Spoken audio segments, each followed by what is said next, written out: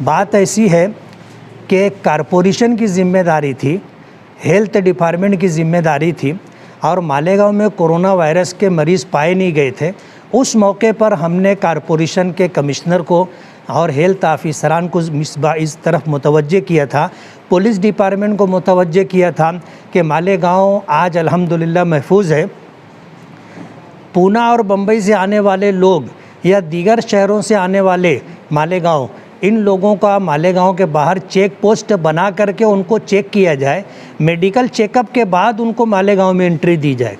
ये मालेगांव में 9 मार्च को जो केसेस पाए गए, उस मौके पर जो है उससे पहले हमने ये बात कही थी, लेकिन कारपोरेशन के लोगों ने अपनी ज़िम्मेदारियां पूरी नहीं की, बरसरे इक़्तिदार ने अपनी ज़िम्मेदारियां पूरी नहीं की।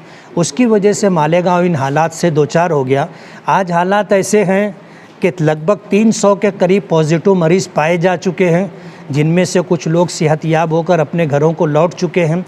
लेकिन मालेगांव के डॉक्टरों ने जो प्राइवेट हॉस्पिटल बंद कर दिए थे, उन महीना 1.5 महीना प्राइवेट हॉस्पिटलों के बंद रहने की वजह से वो लोग जो हाइपरटेंशन के मरीज़ थे, जो हार्ट पेशेंट थे, या जो पैरालिसिस बोलो, शुगर बोलो, प्रेशर बोलो, इसी तरह जो है किडनी के जो मरीज़ थे, उनको प्राइवेट हॉस्पिटलों से इलाज की सहूलत नहीं मिल सकी और सिविल हॉस्पिटल को इन्होंने जो है कोविड-19 के लिए रखा था। तो ऐसे सारे मरीज़ बेयार व मददगार हो गए।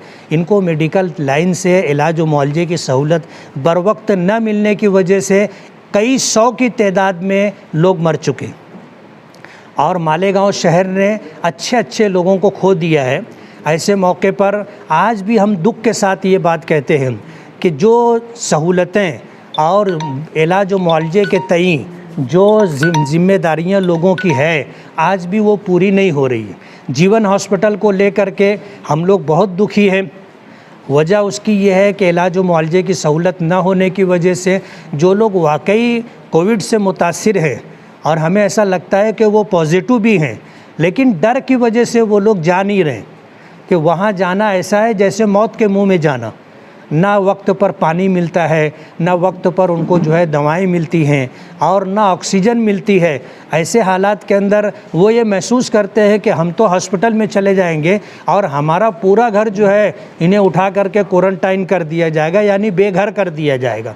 ऐसे हालात के अंदर हमारा शहर अभी बहुत पीक है, यानी हमें डर है इस बात का कि ऐसे लोग जो वाकई कोरोना से मुतासिर हैं, लेकिन छोटी तकलीफ़ की वजह से डर रहे हैं और बड़ी तकलीफ़ बर्दाश्त करने के लिए तैयार हैं, यानी मरने के लिए आदमी तैयार है, लेकिन इलाज व मुआवजे की लाइन से जो तकलीफ़ें और कारपोरेशन की जो कोताहियाँ हैं, उसकी वजह से वो आगे बढ़ने की हिम्मत नहीं कर रहे हैं। और हमारा शहर इस वक्त इस तरह के हालात से दो चार है कि अगर शहर के लोगों ने आज भी संजीदगी का मुजाहरा नहीं किया तो बहुत बड़ी तादाद में लोग मुतासिर हो सकते हैं।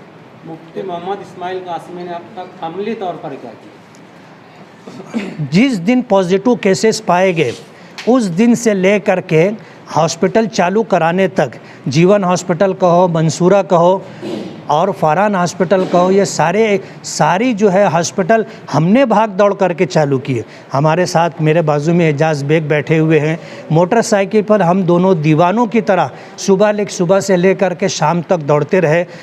आप कहो कारपोरेशन कहो, रेवेन्यू डिपार्टमेंट में तहसीलदार कहो, प्रांत कहो, और जिनको कोऑर्डिनेटर करके पंकज आशिया साहब को भेजा गया, मुसलसल हम लोग मीटिंग करते रहे। हमने डॉक्टर सईद फरानी साहब को भी वो फ़ोन करके बुलाया कि ये मेडिकल फील्ड है, हमें नहीं पता है क्या बात करनी चाहिए, क्या डिमांड करनी चाहिए। इस सिलसिले में डॉक्टर सईद फरानी साहब को हमने बुलाया, अपने साथ लेकर के गए और उन्होंने पूरी दियानतदारी के साथ मेहनत की कोशिश की। साहब, आज के दौर में कारपोरेशन की बहुत बड़ी जिम्मेदारी है मूलभूत सुविधा, फवारनी मशीन, जरासीम कुछ अद्वियात का छिड़काव, साफ सफाई को लेकर आज कारपोरेशन कहीं ना कहीं से नाकाम आई है। पूरे शहर में तनकीद का सामना इस बात। मैं इस बात से मुत्तफिक हूँ और हमारी भी यही शिकायत है। दुख के साथ हम ये कहेंगे कि अगर कारपोरेशन ने अपनी जिम्मेदारियां पूरी की होती और जिस जगह पॉजिटिव मरीज़ पाया जाता है फ़ौरन उनके घर पर और आजू बाजू में कुछ दूर तक अगर फुहारनी की जाती तो आसपास में और मरीज़ नहीं मिलते। लेकिन कारपोरेशन ने ना इलाज व मुआवजे की ज़िम्मेदारी पूरी की, ना साफ़ सफाई की ज़िम्मेदारी पूरी की और ना सैनिटाइजिंग को लेकर के उसने ज़िम्मेदारी पूरी की। आज भी पूरा शहर सैनिटाइजिंग का मोहताज है। पूरे शहर के अंदर सैनिटाइजिंग होना चाहिए। आप इससे अंदाज़ा कर सकते हैं कमिश्नर को हटा करके नया कमिश्नर नियुक्त किया गया और उस कमिश्नर ने आ करके कारपोरेशन के लोगों को देखा कि ये काम नहीं कर रहे हैं तो 30 कर्मचारियों के ख़िलाफ़, ऑफिसरों के ख़िलाफ़ उसने किला पुलिस स्टेशन के अंदर कंप्लेंट दर्ज करवाई। कारपोरेशन के ज़िम्मेदारान को, कमिश्नर को कहो, मेयर को कहो, जिस वक्त पहली मीटिंग हुई थी उस वक्त हमने डॉक्टर खालिद परवेज़ ने, एजाज़ बेग ने, मुस्तकिम डिग्निटी ने, मैंने बराह रास्त तो खुद ये बात कही थी कि जितने कारपोरेटर हजरात हैं आप उनकी मीटिंग लें, उनको एतमाद में लें, उनको ज़िम्मेदारियां दें। वार्ड में हर कारपोरेटर का अपना एक हलका होता है, उसके मानने वाले लोग होते हैं, उसके अपने वर्कर होते हैं, उनकी टीम होती है। लोग कहीं ना कहीं छोटे बड़े कामों के लिए उनसे जुड़ते हैं। अगर कारपोरेटरों को हम जिम्मेदारी वार्ड की देंगे और वार्ड में रहते हुए अगर वो लोगों को एतमाद दिलाएंगे तो बीमार निकल करके आएंगे और कारपोरेशन जो काम करना चाहती है उस सिलसिले में हमें काफ़ी मददगार लोग मिल जाएंगे। लेकिन कारपोरेशन के ज़िम्मेदारान ने कारपोरेटरों की कोई मीटिंग नहीं ली। बार बार कहने के बाद आखिरी दर्जे के अंदर जब मामला हाथ से निकल चुका और डॉक्टर हजरात ये कहने लगे कि अब तो पूरे शहर के अंदर कोरोना फैल चुका है, उस वक्त जा कर के इनकी आंख खुली और इन्होंने कारपोरेटरों की मीटिंग ली। लेकिन दुख के साथ कहना पड़ता है कि कारपोरेटरों की मीटिंग में जो बातें तय हुई थी किसी बात पर भी अमल नहीं हुआ। कारपोरेशन के आगे मुफ्ती मोहम्मद इस्माइल इतने बेबस क्यों नज़र आ रहे, जबकि आप एक एमएलए, तो क्या आप अपना दबाव नहीं बना सकते? बात कैसी है, दबाव बनाने के लिए मिनिस्टर, वज़ीर आला, वज़ीर दादा भूसे साहब हों या एक आमदार होने की हैसियत से हम दोनों ने बहुत मेहनत की। लेकिन कारपोरेशन में जो क्लास 1 ऑफिसरों से लेकर के क्लास 4 तक और इसी तरह हेल्थ डिपार्टमेंट के जो डॉक्टर्स हजरात हैं, इन लोगों को काम करना नहीं था। इन्होंने गैर ऐलान शुदा इन्होंने हड़ताल की और पूरे हॉस्पिटल में एक डॉक्टर के अलावा कोई रहता नहीं था। ये सारी शिकायतें हमने ऊपर मिनिस्टरों तक पहुंचाई हैं। यही वजह है कि कारपोरेशन ने नए कमिश्नर ने आने के बाद 30 लोगों के ख़िलाफ़ उसने केस दर्ज करवाए। रोज़ अव्वल से ही आप आवाम को लेकर एहतियात की गुजारिश कर रहे हैं, मगर इतने हालात ख़राब हो गए हैं तो ऐसे में आवाम से आपकी कोई दर्दमंदाना अपील की जिसको लेकर आवाम? मैं मालेगांव की आवाम से ये अपील करना चाहूँगा कि आज मुल्क शहर के हालात हाथ से बाहर हो गए और अब भी हम लोगों में संजीदगी नहीं है। हम लोगों के सामने 2 मुसीबतें हैं, एक मुसीबत छोटी है, एक मुसीबत बड़ी है। बड़ी मुसीबत तो ये है कि अगर हमने एहतियात नहीं किया तो हमें भी या हमारे घर वालों को या हमारे ख़ानदान के लोगों को मौत से दो चार होना पड़ेगा। इसलिए छोटी मुसीबत ये है कि हम घरों में बैठे घूमने फिरने से गुरेज करें। अगर हमने संजीदगी के साथ ये बात नहीं इख्तियार की तो आज फ़िरका परस्त जिस बात की कोशिश कर रहे हैं वो कामयाब हो जाएंगे। वुहान से कोरोना वायरस निकला, हिंदुस्तान आया तो यहाँ के फ़िरका परस्तों ने उसको मुसलमान बना दिया।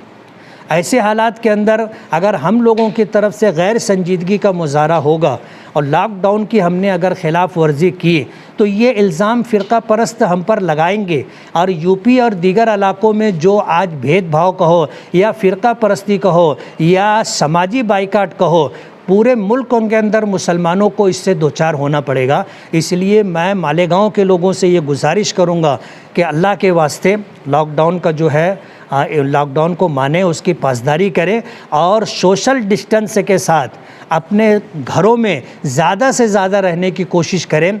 बात यह है कि मास्क पहनना वेंटिलेटर पहनने से बेहतर है। हाथ धोना एहतियाती तौर पर जान से हाथ धोने से बेहतर है। सोशल डिस्टेंस बरकरार रखना हमेशा के लिए दूर हो जाने से बेहतर है। इसलिए हमें और अपने घरों में कैद रहना, हॉस्पिटल में 15-20 दिन गुजारने से बेहतर है। इसलिए मालेगांव के लोगों को चाहिए कि कॉरपोरेशन की तमाम तर कोताहियों के बावजूद जान अपनी है, उसको बचाने की हमको फ़िक्र करनी चाहिए। शहर में बहुत सारे फलाही अदारे, समाजी तंजीमें आपसे रास्ते में हैं, उनके ज़रिए भी शहर में बहुत सारे रिफाई, फलाही और राहती काम हो सकते हैं। आप उनसे क्या गुजारिश करना चाहेंगे अदारों के ज़रिए अवामी खिदमत?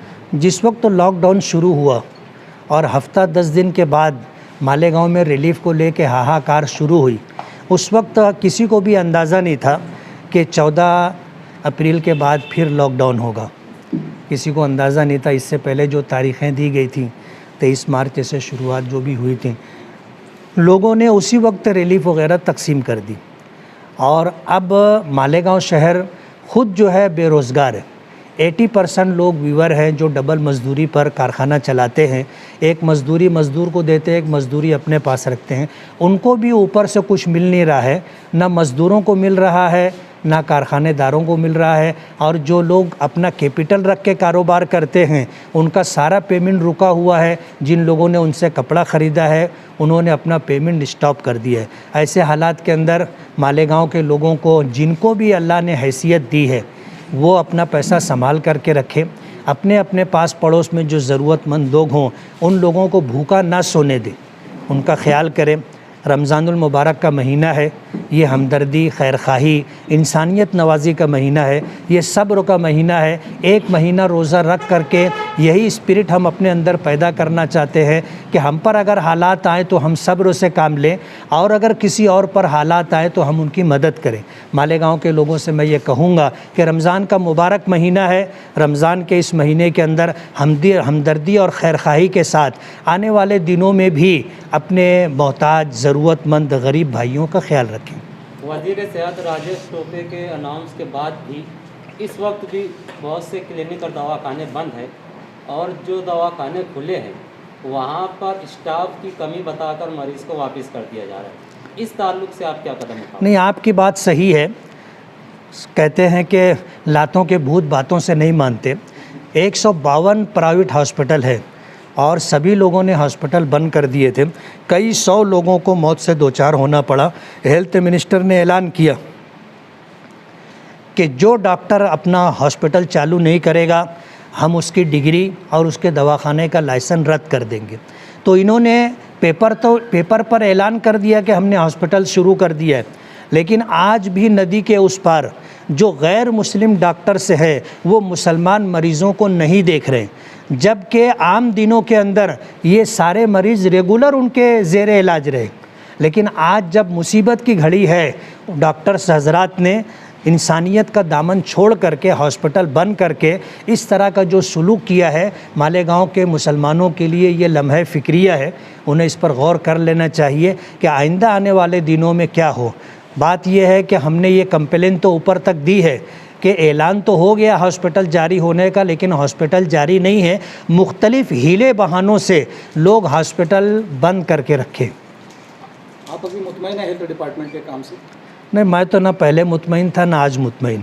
बात ये, अभी थोड़ी देर पहले हम लोग सुबह से वही बात कर रहे थे कि जीवन कहो, मंसूरा कहो, या IHDP की जो कॉलोनी है वो कहो, यहाँ पर इलाज व मुआवजा जिस तरह होना चाहिए नहीं होता। एक मरीज़ वो होता है जिसको कोरोना वायरस के अलावा शुगर है, प्रेशर है या और दूसरी कोई बीमारी है, वो दवाएं उसको रेगुलर मिलनी चाहिए।